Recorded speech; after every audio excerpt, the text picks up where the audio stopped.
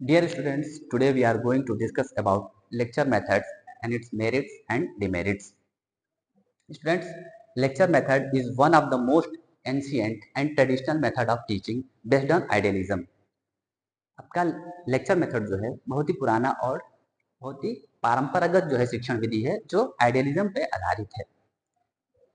It refers to the teaching procedure involved in clarification or explanation of the content to the students. Lecture method के द्वारा हम students को अपना content या कोई भी शिक्षक जो है अपना कंटेंट जो है एक्सप्लेनेशन के माध्यम से या क्लैरिफिकेशन के माध्यम से डिलीवर करता है. In this method the teacher act as an active participants whereas students act as a passive participants. Lecture method में टीचर जो है एक्टिव पार्टिसिपेंट की तरह वर्क करता है और स्टूडेंट्स पैसिव पार्टिसिपेंट की तरह वर्क करता है. मतलब कि स्टूडेंट जो है सिर्फ उस लेक्चर के दौरान जो है सिर्फ क्या करेगा, उसको ध्यानपूर्वक सुनता है, इसलिए ये थोड़ा सा मोनोटोनस होता है. इसीलिए it is therefore it is a teacher centred approach. इसीलिए हम लोग इसे एक टीचर सेंटर्ड अप्रोच कहते हैं जिसमें सिर्फ टीचर ही जो है एक्टिवली पार्टिसिपेट करता है. इसके लिए लेक्चर मेथड को इफेक्टिवली कंप्लीट करने के लिए टीचर्स के अंदर कुछ क्वालिटी होनी चाहिए. फर्स्ट क्वालिटी है आपका स्टिमुलस वेरिएशन. सेकंड है बॉडी लैंग्वेज.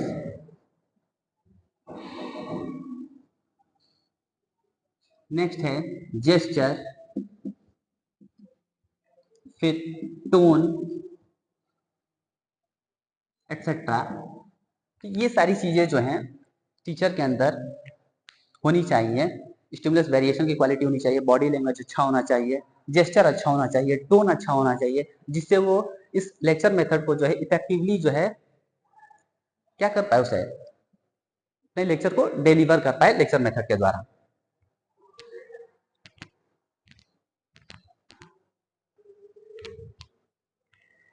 तो बच्चों अब आते हैं हम लोग मेरिट्स पे. Teachers has the upper hand so feels secure and confident. Lecture method में जो है टीचर्स थोड़ा सा जो है सिक्योर और कॉन्फिडेंट फील करता है क्योंकि वो अपने अकॉर्डिंग जो है लेक्चर को डिलीवर करता है, अपने नॉलेज के बेसिस पे या अपने जो है एक्सपीरियंस के बेसिस पे जो है वो लेक्चर को डिलीवर करेगा. सेकंड मेरिट है इसका, for teachers it is easy to compare and deliver lectures. क्योंकि वो जो भी प्लान करेगा उस टॉपिक से रिगार्डिंग वो इजिली उसको प्रिपेयर करके और डिलीवर कर देता है लेक्चर मेथड के थ्रू. नेक्स्ट है इसका मेरिट, नो एक्टिविटी और laboratory work is involve so it is cheap and time saving method. क्योंकि इसमें जो है एक्टिविटी और लेबोरेटरी वर्क तो होता नहीं है, इसीलिए ये जो है थोड़ा सा चीप होता है और टाइम सेविंग जो है बहुत ही कम समय में इसको आसानी से जो है लेक्चर के माध्यम से हम लोग क्या करते हैं, कंटेंट को डिलीवर कर देते हैं. अगला है well prepared lecture can have high inspirational value.